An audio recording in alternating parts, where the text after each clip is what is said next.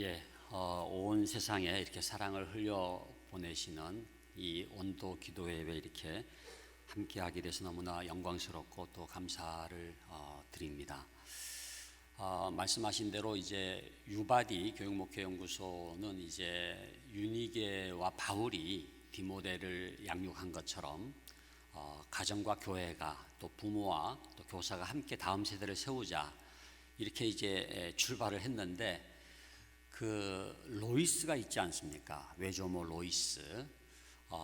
이 부모 세대가 중요한데 이 노년 세대가 얼마나 중요한지 한국 교회가 점점 이렇게 노령 인구가 이제 많아지면서 굉장히 큰 변화 가운데 있는데 어떻게 하면은 그분들을 더 건강하게 그렇게 세워드리고 또 그로 인해서 온 세대가 또 복을 받을 수가 있을까 생각하면서 저희가 5년 전부터 이 노년 교육 목회에 대해서 이제 연구도 하고 또 교재를 개발을 해서 최근에는 이제 총회, 우리 교단 총회 훈련원과 함께 이거를 교회에 또 보급을 하는 일을 하고 있습니다. 그래서 오늘은 특강을 겸해서 설교 말씀으로 함께 하려고 합니다. PPT를 보면서 그렇게 진행을 하도록 하겠습니다. 먼저 넘겨주시면은요, 제목은 나이들의 은혜 이렇게 붙였습니다만은 현재 지금 우리 사회의 가장 중요한 특징이 저는 이 저출생 고령화의 문제라고 생각을 합니다.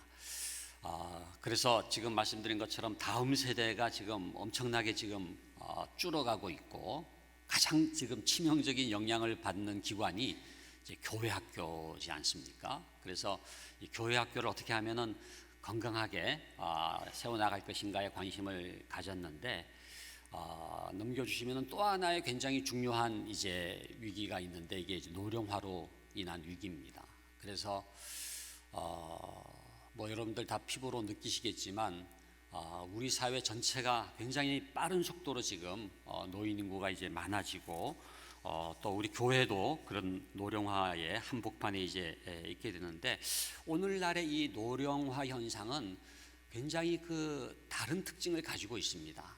그래서 과거에도 우리가 뭐 경로대학도 하고 노인대학도 하고 그래서 뭐 효도관광도 하고 여러 가지 교회가 프로그램을 했지만은 이 변화하는 시대 속에서 어떻게 우리의 노년을 건강하게 하나님의 은혜 가운데 보낼 수 있도록 그렇게 돕고 또 그들로 인해서 다른 세대까지 복을 받을 수가 있을 것인가를 생각을 했습니다.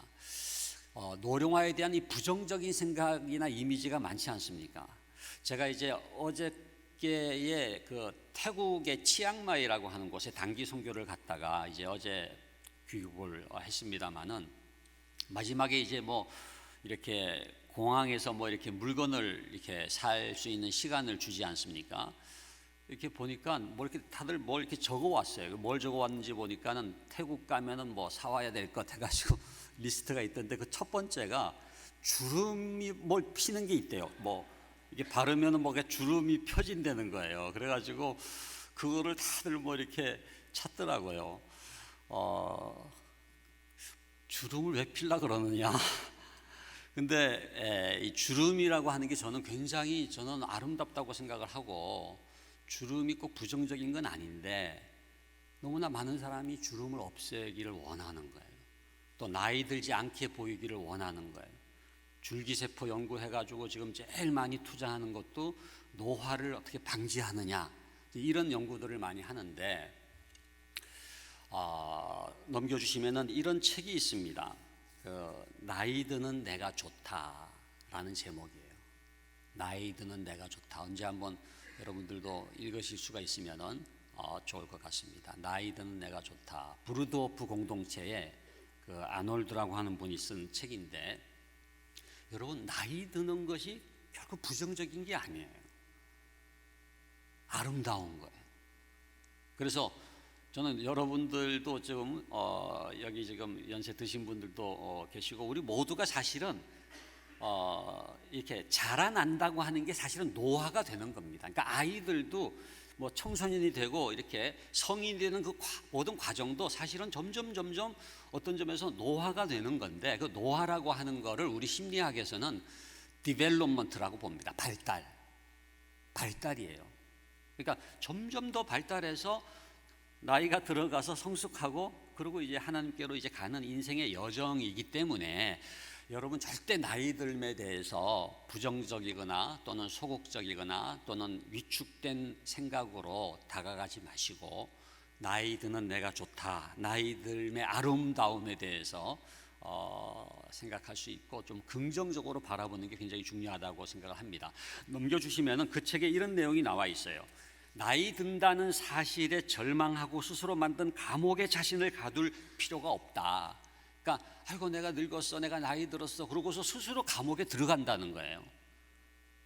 그러지 말고 그 감옥에서부터 나오라는 거예요. 나이 들미 절대 자기를 구속시키고 자기를 어떤 울타리 안으로 이렇게 제한시키는 게 아니다. 그 다음에 나이는 선물이라는 얘기를 합니다. 나이는 선물이다. 그러니까 나이가 먹는다고 하는 것은 그냥 노화가 된다, 뭐 늙어간다 이렇게 부정적으로 생각하는 것이 아니라 하나님이 나에게 선물을 주신다. 그래서 이 선물을 제대로 깨닫기 위해서는 하나님께 순종해야 된다, 그런 얘기를 하고 있습니다. 또 한 권의 책 넘겨주시면 여러분들에게 소개해드리고 싶은 책이 김영석 교수의 100년을 살아보니라고 하는 책이 있지 않습니까? 저는 이 책 아주 그 제목 자체가 굉장히 그 권위가 있다고 생각이 돼요. 이건 아무나 쓸 수가 없죠. 99세라도 못 쓰는 책입니다. 그러니까 100년을 살아보니까 100년을 살아보니까 이렇더라라고 하는 말 한마디가 얼마나 이렇게 권위가 있습니까? 그 책에서 무슨 내용을 얘기를 하느냐 하면, 넘겨주시면은 이 김영석 교수 뭐 강의는 여러분들도 들어보신 분들이 계실 텐데 굉장히 중요하게 말씀하시는 것이 인생의 황금기는 60에서 75세다, 그 얘기를 하잖아요. 그래서 저는 이거 맞는 것 같아요. 60에서 75세. 그러니까 무슨 30대, 40대가 인생의 황금 시기, 뭐 전성 시기가 아니라 60에서 75세다. 우리나라는 아무래도 이렇게 유교권 영향이 있잖아요. 그래가지고 이렇게 어느 정도 나이가 들어야 이렇게 좀 편안하게 이렇게 사회생활을 할 수 있는 것 같아요. 저도 이렇게 교회에서 이제 교육 전도사도 하고 뭐 교육 목사도 하고 제가 또 담임 목사도 몇 년 했습니다만은 늘 들었던 얘기는 어린 종이 섰사오니 주여 뭐 불쌍히 여기시고 은혜를 베풀어 주시옵소서, 이렇게 기도를 하시더라고요.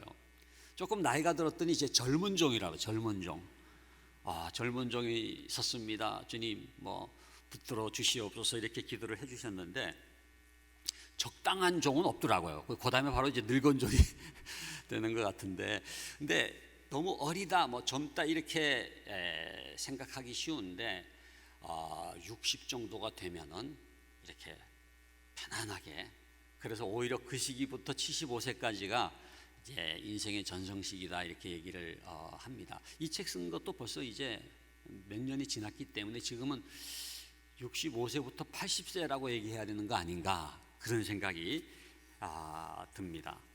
넘겨주시면은 현대 노령화의 양상을 우리가 100세 시대라고 얘기해요. 그죠? 100세 시대. 그러니까 과거에 제가 이제 장신대 이제 교수로 작년까지 이제 있다가 정년 퇴임을 했습니다마는, 옛날에는 회갑 논문집이라 그래가지고 교수님이 60이 되면 그 제자들이 이렇게 해가지고 회갑 논문집을 증정을 했어요. 지금은 그렇게 하면 아주 욕먹습니다. 회갑 논문집, 무슨 뭐 은퇴 논문집 이런 거가 지금은 사라지고 있어요. 왜냐하면은 그때하고 지금이 다르기 때문에 그래요. 100세 시대가 됐다고 하는 건 뭡니까? 이제 뭐 65세다 70세다라고 하더라도 한 3, 40년을 더 사셔야 되는 거예요. 그래서 우리가 인생을 이렇게 3막으로 나눈다면은 1막은 태어나서부터 한 30살 정도입니다. 이때는 이제 공부하고 자기 삶을 준비를 해야 되잖아요. 2막은 30살부터 한 60세 정도까지, 은퇴하기 전까지 열심히 직장 생활 하는 거죠. 근데 그 다음에 또 하나의 인생 산막이 있는 거죠. 60세 또 65세 이때부터 이제 하나님께서 부르시는 그날까지 인생 산막이 있다고 하는 것입니다. 그런데 이 인생 산막이 굉장히 이제는 길어지고 있고, 이 인생 산막을 위한 목회가 필요해요. 또 여러분들 자신들도 인생 산막에 대한 어떤 내 삶의 계획을 갖고 한참을 더 하나님께서 원하시는 삶을 살아가야 된다는 거죠.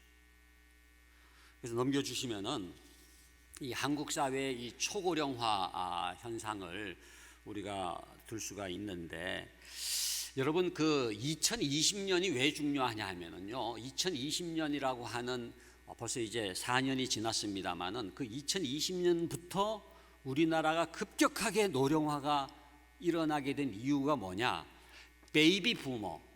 여러분들 지금 여러분들 가운데에서도 1955년생부터 1963년생까지가 베이비 부머인데, 여기에 해당되시는 분들이 계실 거예요. 저도 58년 개띠거든요. 제가 벌써 지금 베이비 부머 안에 들어가 있지 않습니까? 근데 1955년생이 65세가 되는 해가 2020년입니다. 그러니까 그때부터 이제 베이비 부머 인구가 이제 노령 인구로 이제 진입을 하게 됐는데, 그 베이비 부머 인구가 여기 지금 나와 있는 대로 727만 명이에요. 그러니까는 그 당시에 65세부터 전체 노인 다 합쳐도 765만 명이니까 거의 비슷한 숫자예요. 무슨 얘기냐 하면은 전체 노인 인구만큼의 베이비 부머 인구가 노령 인구가 이제 되는 거죠. 그래서 엄청나게 지금 빠른 속도로 우리나라가 노령 사회로 이제 진입을 하게 되고 있다라고 하는 것입니다. 그래서 그때 중앙일보에서 이런 그 특집 기사가 실렸어요.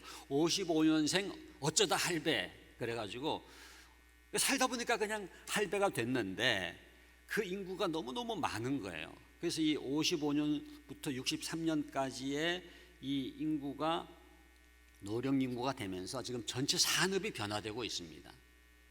트롯 열풍도 무관하지 않아요. 당구 열풍, 지금 당구 채널이 엄청나게 생겼잖아요. 그러니까 이 옛날 이 베이비 부모들이 즐겨 했던 그런 그 취미나 문화가 지금 이렇게 다시 이렇게 확산되고 있는 거예요. 그들을 위한 여러 가지 그 마케팅이 지금 펼쳐지고 있는데, 교회가 가장 늦은 게 아닌가 그런 생각이 들어요.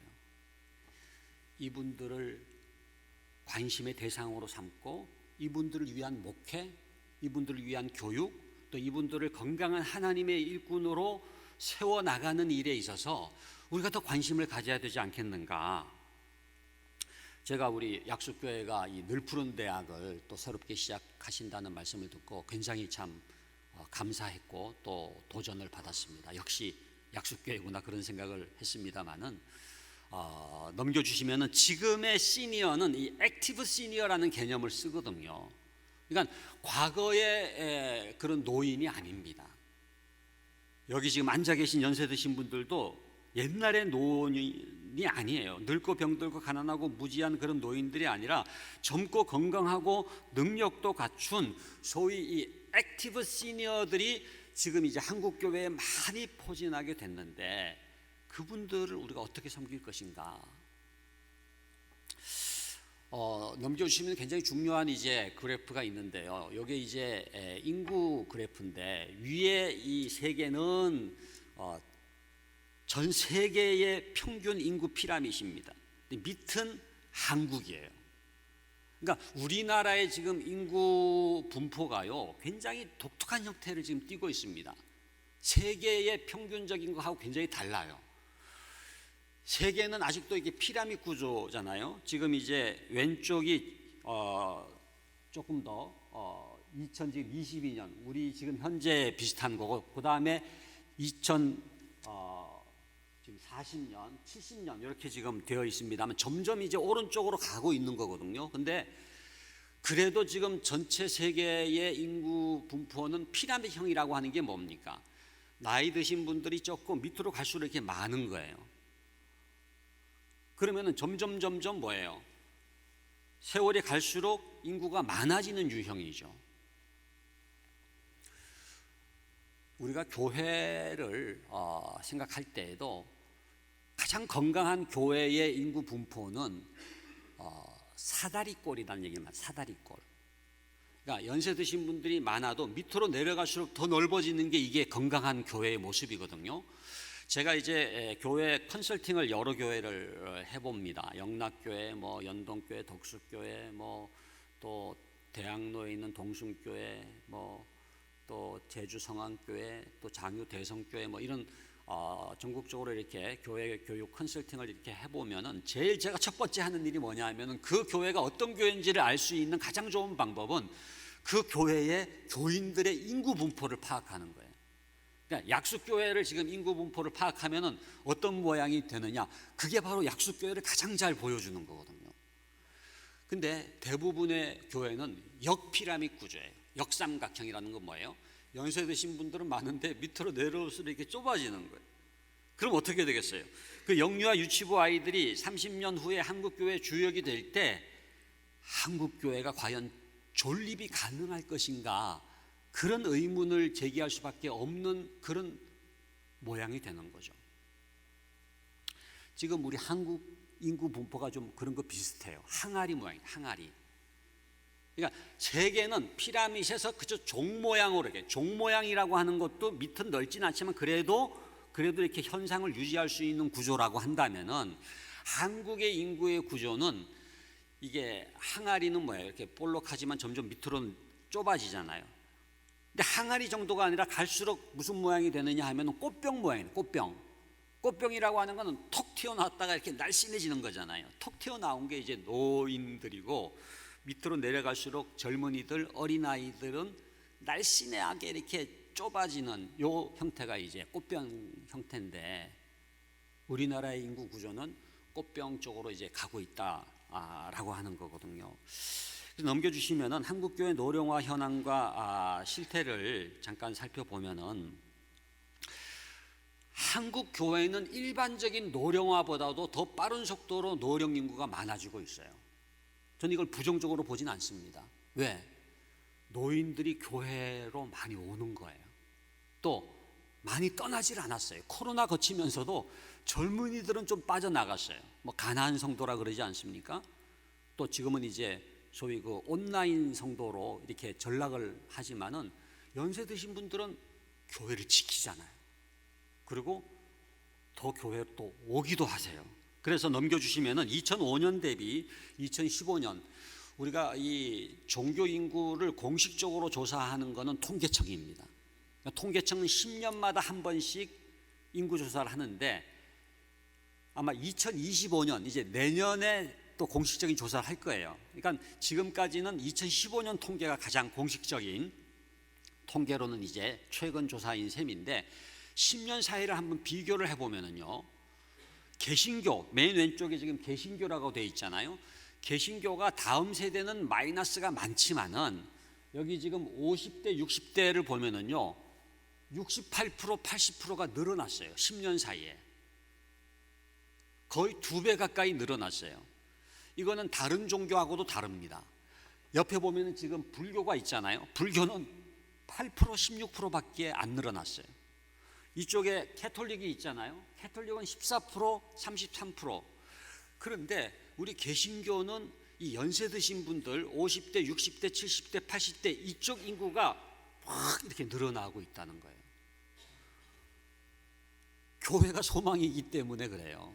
그러니까는 한국 교회에 이게 나이가 이제 들어갈수록 교회를 찾는 분들이 이제 많아진다라고 하는 것은 굉장히 긍정적인데, 그만큼 한국 교회의 노령화는 일반 세상의 노령화보다도 지금 빠른 속도로 이루어지고 있다. 그만큼 많은 노인 인구가 교회 안에 있다고 하는 겁니다. 약수교회도 제가 정확한 숫자는 모르지만 굉장히 많은 우리 연세 드신 분들이 계실 거예요.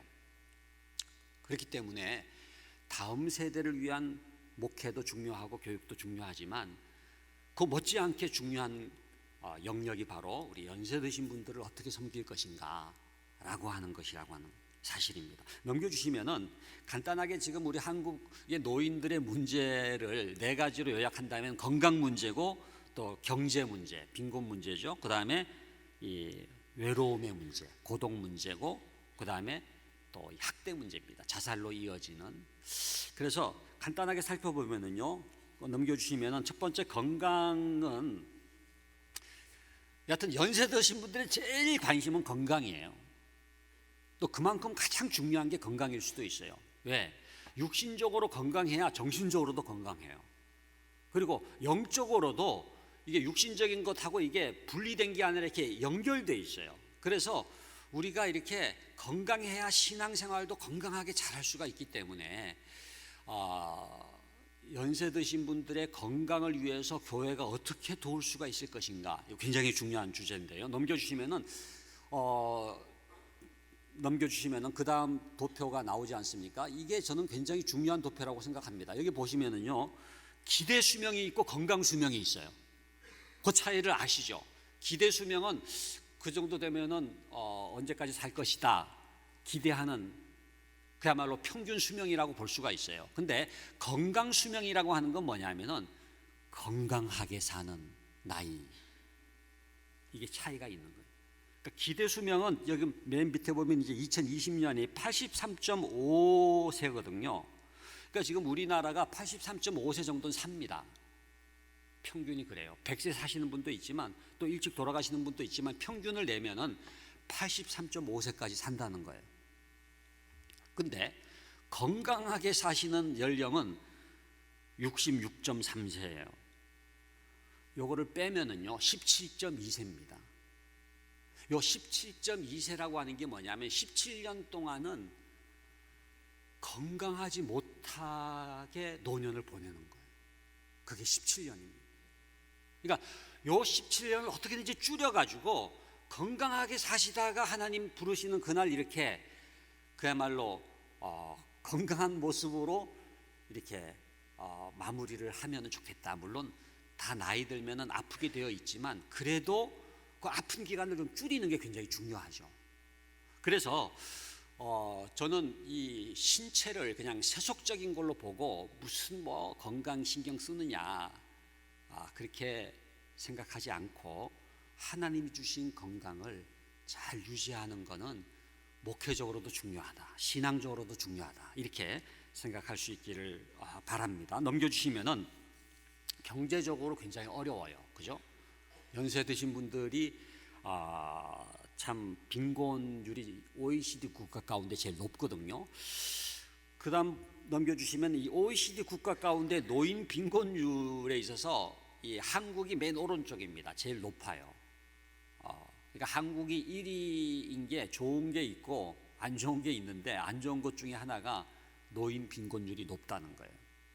근데 넘겨주시면은 이것도 분석을 해보면은요, 그 다음 넘겨주시면 이렇게 그 노인 빈곤율을 이렇게 근로 연령과 퇴직 연령으로 나눠가지고 여기 지금 밑에 이렇게 회색으로 네모나게 되어 있는 거는 근로 연령 가운데서의 빈곤율입니다. 무슨 얘기냐면은 직장 생활하는 동안 한국은 가난한 나라가 아니에요.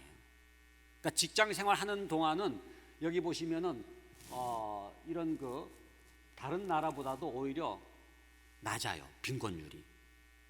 그런데 은퇴만 하면은 빈곤율이 팍 높아지는 거예요.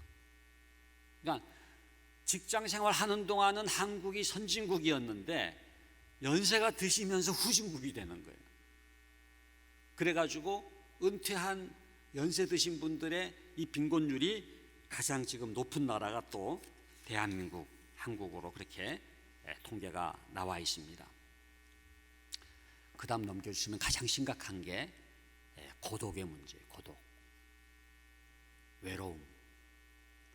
저도 이렇게 은퇴를 하고 이렇게 뭐 아직도 나이가 많은 건 아닙니다만은 이렇게 나이가 들어갈수록 뭘 깨닫게 되느냐 하면은 나이가 든다는 것은 외로워지는 것이다, 그런 생각이 들어요. 그러니까 나이가 들면서 제일 경험하게 되는 가장 중요한 현상이 고독이다, 그런 생각이 듭니다. 제가 이렇게 라디오를 듣는데 어떤 그 은퇴 전문가가 있더라고요. 은퇴 전문가가 나와가지고 이제 은퇴 후의 삶을 뭐 준비하십시오 그렇게 얘기하면서 은퇴 후에 노인이 되면은 꼭 가져야 될 능력이 있습니다. 그 능력이 고독 능력이라는 거예요. 고독 능력. 그러니까 혼자 살 수 있는 능력이 있어야 된다는 거예요. 혼자 일어나고 혼자 밥 먹고 혼자 걸어가고 혼자 등산하고 혼자 살 수 있는 능력이 있어야 된다는 거예요. 그러면서 무슨 얘기를 하느냐 하면 이렇게 식당에 가면은 여러분들 식당에 혼자 가보셨어요? 그러면 몇 분이세요? 이렇게 물어요. 몇 분이세요? 그러면 조금 위축이 되지 않습니까? 근데 그 위축되지 마시고 몇 분이세요? 그러면 한 명이요. 딱 얘기하라는 거예요. 그리고 딱 앉아가지고 크게 드시고 가시라는 거예요. 이게 고독 능력이에요. 혼자 먹을 수 있는 능력. 위축되지 말고 혼자 자고 혼자 살고. 지금 말이죠. 여기 지금 도표도 나와 있습니다만 넘겨주시면은 가장 많은 가구 형태는 1인 가구입니다.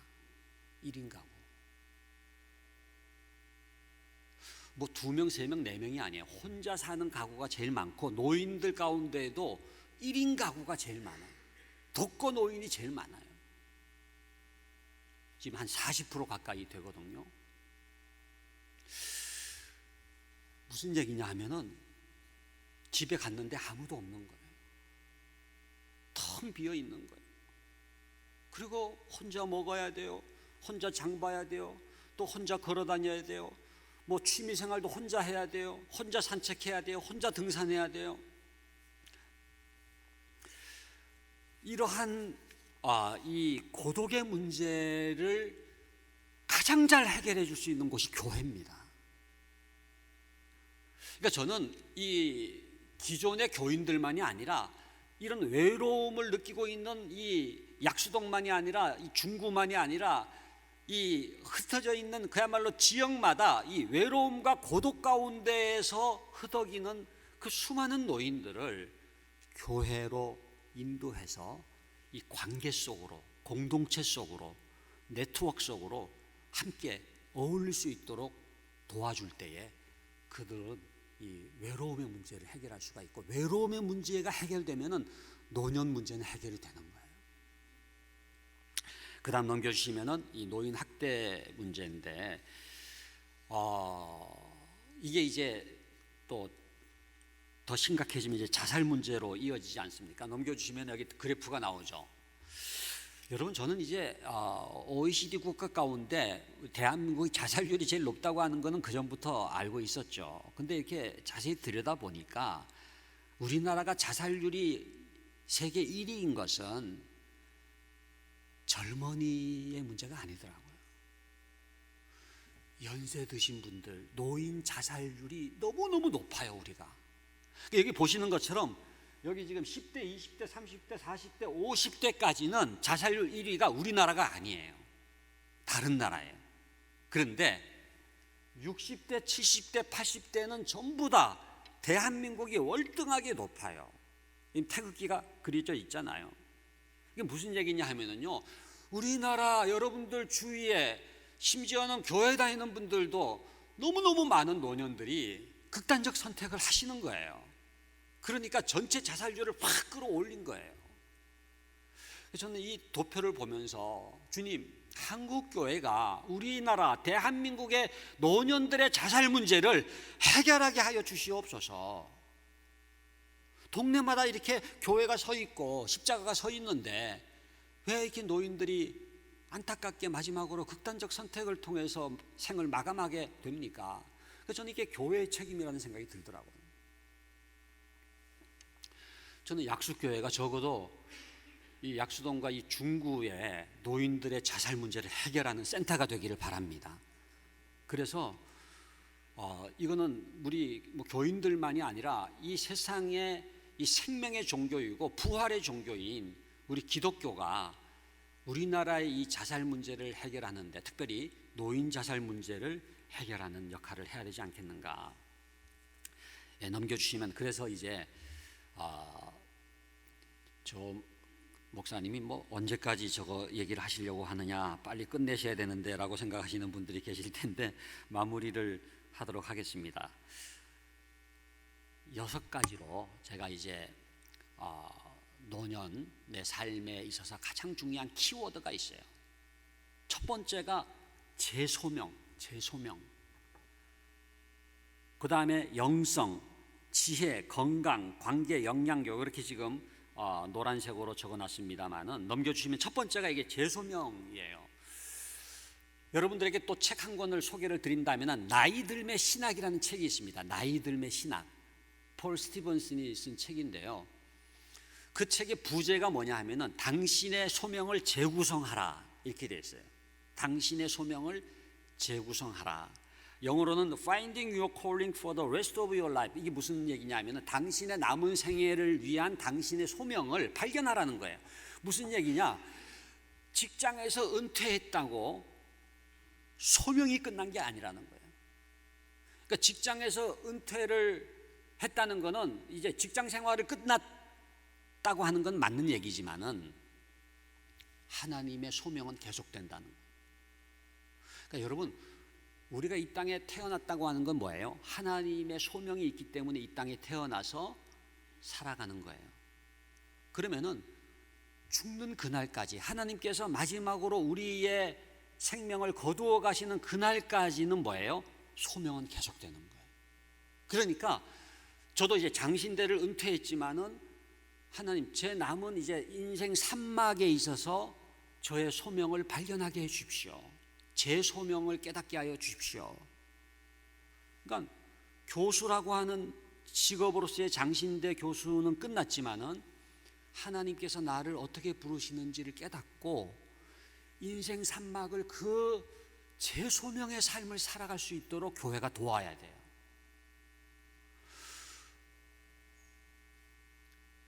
우리 약속교회도 지금 은퇴하신 분들이 많잖아요. 그리고 심지어는 직분직에서도 은퇴를 하죠. 장로 은퇴, 권사 은퇴 하지 않습니까? 안수집사 은퇴. 그러나 끝난 게 아니에요. 그분들이 얼마든지 할 수 있는 게 있어요. 그리고 하나님은 그들을 통해서 제 소명의 삶을 살기를 원하시거든요. 그럼 어떻게 각자에게 하나님께서 인생 산막을 향하여 부르시는가라고 하는 것을 깨닫도록 도와주는 거, 제 소명의 삶을 살도록 하는 거. 그리고 여기 지금 젊은 분들도 계십니다만은 여러분들도 언젠가 은퇴할 텐데 은퇴로 끝나는 게 아니라 그 이후의 삶을 내가 어떻게 살 것인가에 대해서 교회가 잘 안내를 해주는 것은 굉장히 중요한 목회적인 과제죠. 그래서 넘겨주시면은 이 나는 선한 싸움을 싸우고 달려갈 길을 마치고 믿음을 지켰으니, 이 성경 말씀은 은퇴할 때 쓰면 안 된다는 거예요. 요거는 돌아가실 때 고백을 하시고 끝난 게 아니고 다시 또 달려가야 된다, 그렇게 얘기를 하고 있습니다. 그래서 넘겨주시면은 이때까지는 이렇게 왼쪽에 여기 지금 부정적으로 노년기를 생각할 때는 D로 시작되는 그런 단어를 많이 썼다는 거예요. 그래가지고 쇠퇴, 질병, 치매, 장애, 의존, 이런 노인에 대한 이미지를 가지고 있었는데 오른쪽으로 가야 된다는 겁니다. C로 시작되는 게 긍정적인 거예요. choice, 선택, 얼마든지 선택할 수 있습니다. 그러니까 나이가 드셔도 여러분들의 삶을 얼마든지 계획할 수가 있고 선택할 수가 있다. 그 다음에 connected, 유대관계, 그 다음에 열정, 기여, 창의성, 호기심, 용기, 이런 단어를 가지고 우리의 인생 산막을 아름답게 계획을 할 수가 있어야 된다는 것이거든요.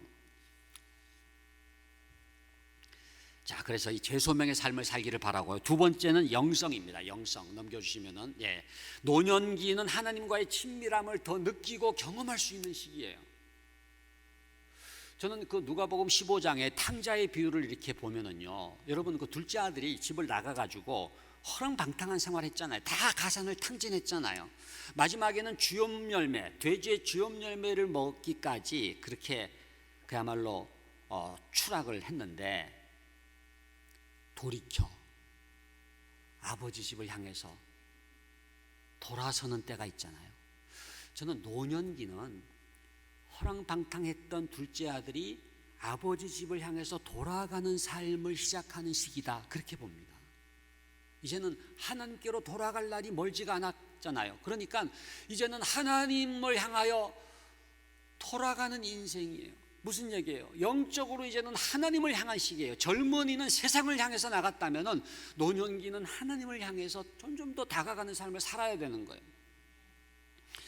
그래서 넘겨주시면은 이 가장 이 영적인 면에서 하나님과 친밀하게 지냈던 인물이 모세잖아요. 모세는 하나님과 대면하는 자, 하나님의 친구. 그래서 연세가 드시고 나이가 들어갔다는 것은 뭐냐면요, 하나님과 더 친밀하게 교제할 수가 있는 나이가 되는 거예요.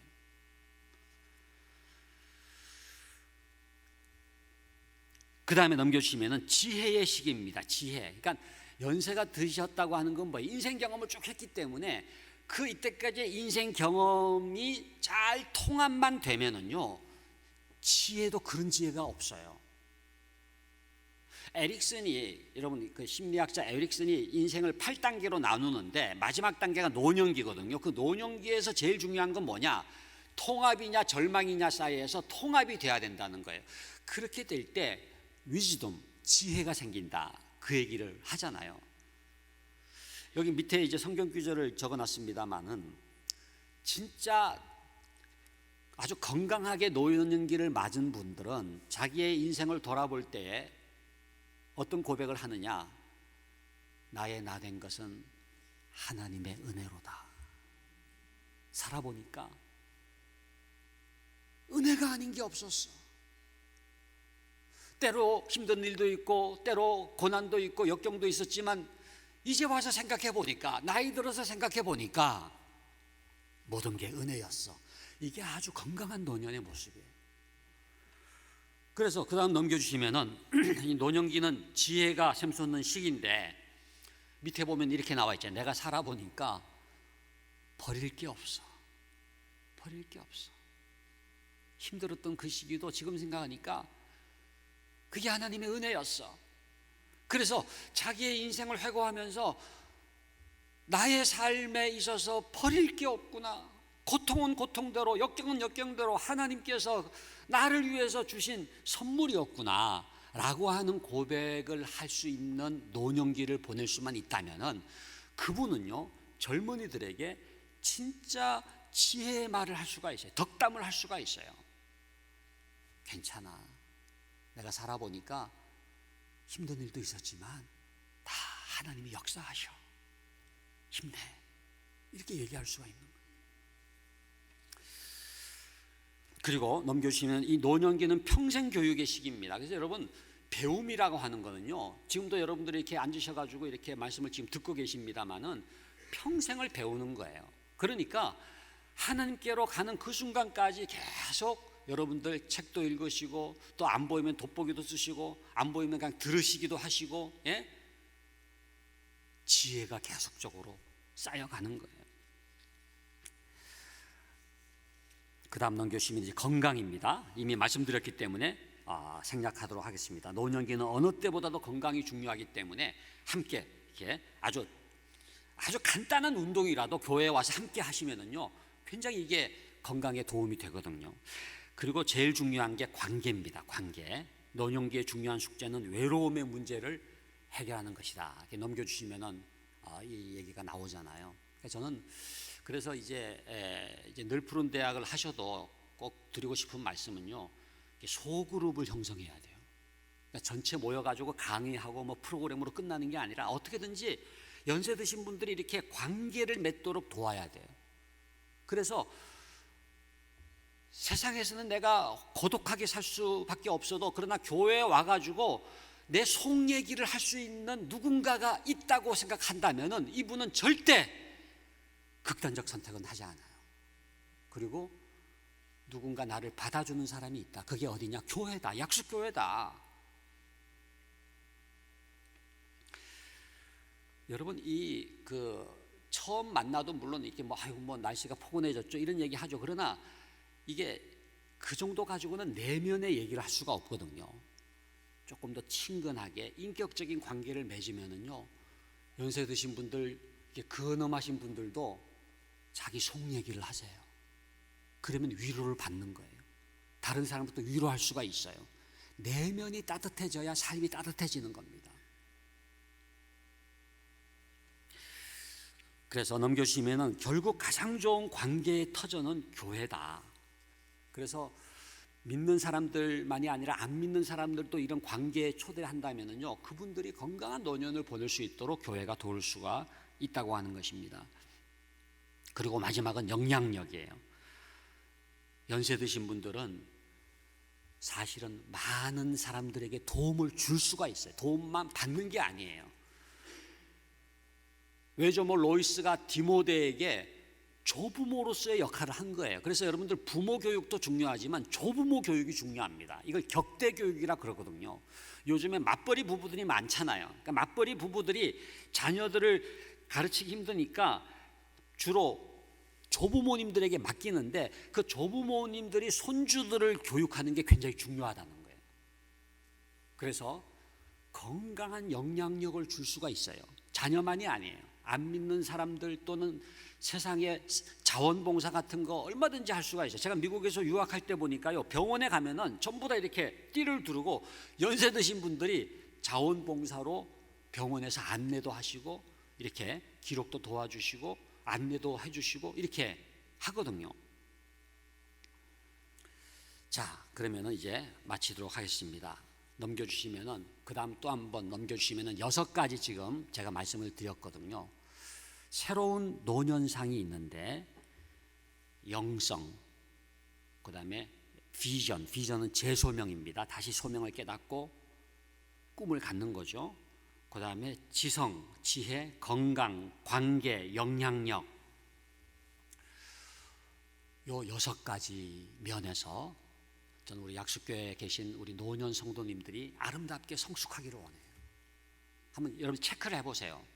내가 영성으로 점점 나이가 들수록 하나님과 가까워지고 있는가? 내가 나이가 들었지만 비전을 갖고 있는가? 재소명을 갖고 있는가? 지혜가 있는가? 건강이 유지되고 있는가? 또 관계, 내가 교회 안에서 속 얘기를 할 수 있는 그런 그 관계가 있는가? 그 다음에 영향력, 내가 어떤 선한 영향력을 다음 세대에게 또 사회에 끼치고 있느냐. 내 자식만이 아닙니다. 내 손주만이 아닙니다. 약속교회 전체 다음 세대가 또 있잖아요. 그러니까 노년 세대가 다음 세대에게 영향력을 끼칠 수가 있는 거죠.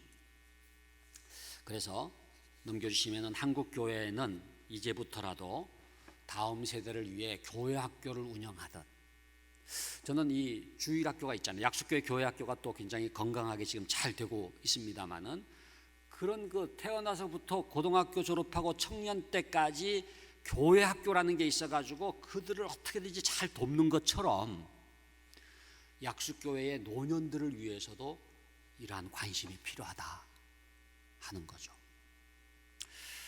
우리 마지막으로 노년의 기도, 아까 읽은 성경 말씀을 정말 기도하는 마음으로 같이 읽고 마치도록 하겠습니다. 함께 노년의 기도 읽도록 하겠습니다. 하나님이여, 내가 늙어 백발이 될 때에도 나를 버리지 마시며 내가 주의 힘을 후대에 전하고 주의 능력을 장래 모든 사람에게 전하기까지 나를 버리지 마소서. 기도하겠습니다. 아버지 하나님, 우리가 나이 들어간다고 하는 것이 때로 부정적으로 느껴질 때가 있습니다. 그러나 주님, 나이 들미 아름다운 것이고 축복이고 또 나이 들미 은혜인 것을 깨닫게 하여 주시옵소서. 우리가 하나님 부르시는 그날까지 건강하게 노년의 삶을 살 수 있게 하여 주시고, 재소명하시는 하나님의 그 부르심에 응답하는 삶을 살게 하여 주시옵소서. 우리 약속교회가 또한 이러한 노년들을 잘 섬기기를 원하고 있사오니 주께서 복을 주셔서 정말로 약속교회에 있는 모든 노년들은 하나님의 크신 은혜를 경험하면서 감사하면서 살아갈 수 있게 하여 주시옵소서. 그리하여 교회 안만이 아니라 교회 바깥에 있는 모든 노년들도 진정한 복음이 뭔지, 진정한 은혜가 뭔지를 깨달을 수 있도록 우리가 축복의 통로가 되게 하여 주시옵소서. 예수 그리스도 이름으로 기도하옵나이다. 아멘.